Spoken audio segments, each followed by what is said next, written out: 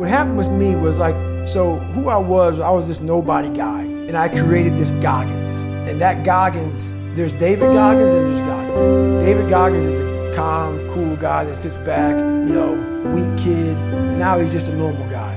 Goggins is a guy that is willing to tape up his legs to go after it. In that book, you read about David Goggins and also Goggins. What I realized in my life is that Goggins is who I love. Goggins is who I created. My dad created David Goggins. I created Goggins. So what's happening with me, and since Can't Hurt Me came out, and since I got on social media, which is why I don't like social media, which is why I'm not on there very much, which is why I give people one time, I have to do me. I have to do me. So people get it twisted, man. I am who I am. What's in that book is me. So now what they see is this guy who's trying to get people to get off their, that just happened to happen, man. There was no driven message with me trying to prove people wrong or whatever. It was 100% by me wanting to own my life. There's a lot of people I know that I speak with right now that have nice book deals out there, and the people who buy their book, when they're a publishing house, they can't even talk some of this stuff, in like in speaking engagements. And I'm like, what, you can't even talk your story? And somebody's like, no, like I gotta make sure that they're aware of it. I'm like, no, man. I want to own 100% of the suffering I went through in my life. I don't want anybody telling me, hey, Goggins, you can't say this. I would lose my shit. I suffered this badly, and there have been all kind of problems with that one. So I made sure that I wanted to own all of Can't Hurt Me and own all of my own life story. So that's what it really is all about. So that's why I had two people. I created one David Goggins and one Goggins. And I didn't want people to know that I had all these issues. But after a while, people start to give you these different taglines. Like, you're superhuman, you're amazing. I'm like, you fuckers don't know anything about me, man. Like, I'm this insecure kid. I started realizing there's a lot of people out here who are going through a lot of problems. We live in a world that we want to be as comfortable as we can.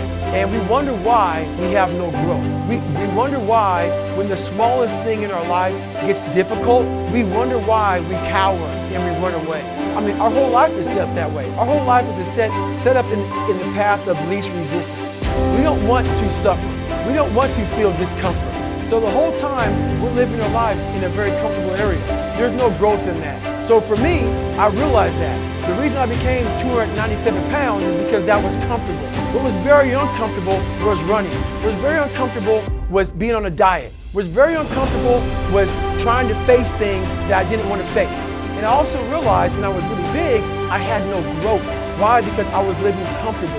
So I realized for me to find growth, I had to face all of these different things that made me very, very uncomfortable. One thing I faced was running. I absolutely hated running. But I knew for me to grow, I had to do this thing every single day. I wanted to start callousing my mind. I wanted to start becoming a better person. And how you become a better person, how you gain mental toughness, how you become the person you want to be, is constantly facing the things that you don't want to face. The whole thing about it is that your mind has the ultimate tactical advantage over you. It knows your insecurities, knows your fears, it knows your self-doubts, it knows all those creepy spots that we want to stay clear of. So our mind keeps us from those spots. So the whole 40% rule is I was living my whole life kind of going away from those spots that made me very uncomfortable. Because my mind was saying, you're not good here, you're not good there. So what happens is when you get in these situations where you need more, it's like a car has a governor. Some cars have governors on it. You can go 130, but the governor's set for 92. So you're sitting there trying to race a Corvette. The Corvette flies by, but you're like, God, I wish this governor was off. Our brain has a governor also.